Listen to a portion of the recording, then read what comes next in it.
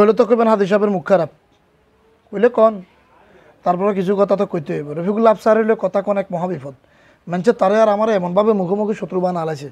রফিকুল আফসারে কোনো কিছু করলেই আরে মেনশন দেয়।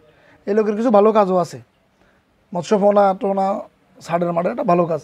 কিন্তু একবারে তার হলো জীবনে প্রথম ভিডিও বানাইছি, এটা হেডলাইন ছিল রফিকুল্লাহ আফসারি খাচ্চতের কারণে চেঁচা খায়, মুখের দোষে চেঁচা খায়।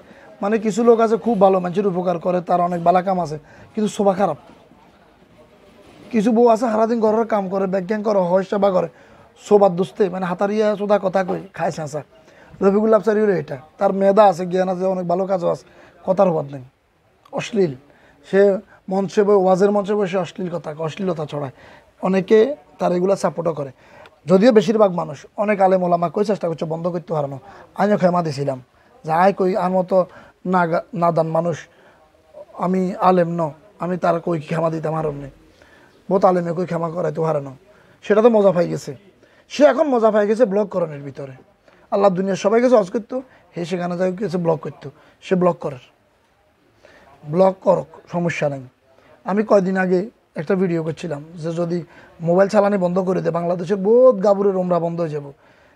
বাংলাদেশের ইউটিউবার রাকি বন্ত রাকি কি হেত্তুনি বেরাজনি এগুলো ইয়ে না ওমরা করতে যাই, ওমরা সৌন্দর্যরে নষ্ট করছে। হেরেম শরীফের দেখেন কত বিরক্ত ত্যাক্ত হইলে কাবার ইমাম পর্যন্ত কইছে যে মোবাইল নয় ইবাদতে মনোযোগ দিন, এরকম কথা কইছে। কিনলে এগুনের মতন হেগুনের দলিতে এখন আরেক ফালের গোদা রফিকুল্লাহ আফসারি। যে ভিডিওটা দেখতেছেন এখানে আপনারা খেয়াল করলে দেখবেন, সে লোক লাস্ট 2 দিন ঈদের দিন, মানে ওই দেশের কোরবানের ফলের দিন, সে 2 বুইয়ারে লয় আরাফার ময়দানে ঘুরে। এই লোকগুলোর 2-3টা ভিডিও সে বানাইছে।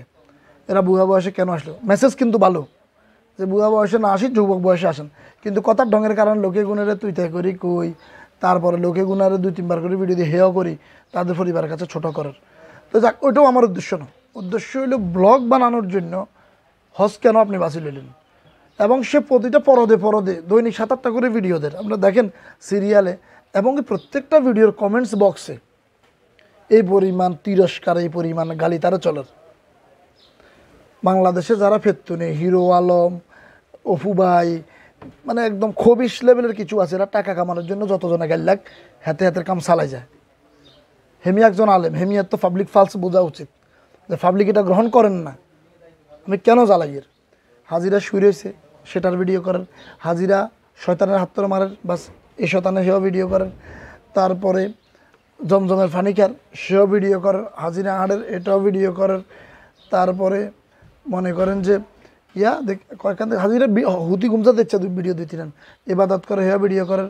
হেমিয়া মাইক দিয়ে হাজি এটারে কি বলে তাকবীরদের হেটার ভিডিও করেন, মানে সকল কার্যক্রমের ভিডিও করেন, সব ইবাদত করে এটার ভিডিও করেন।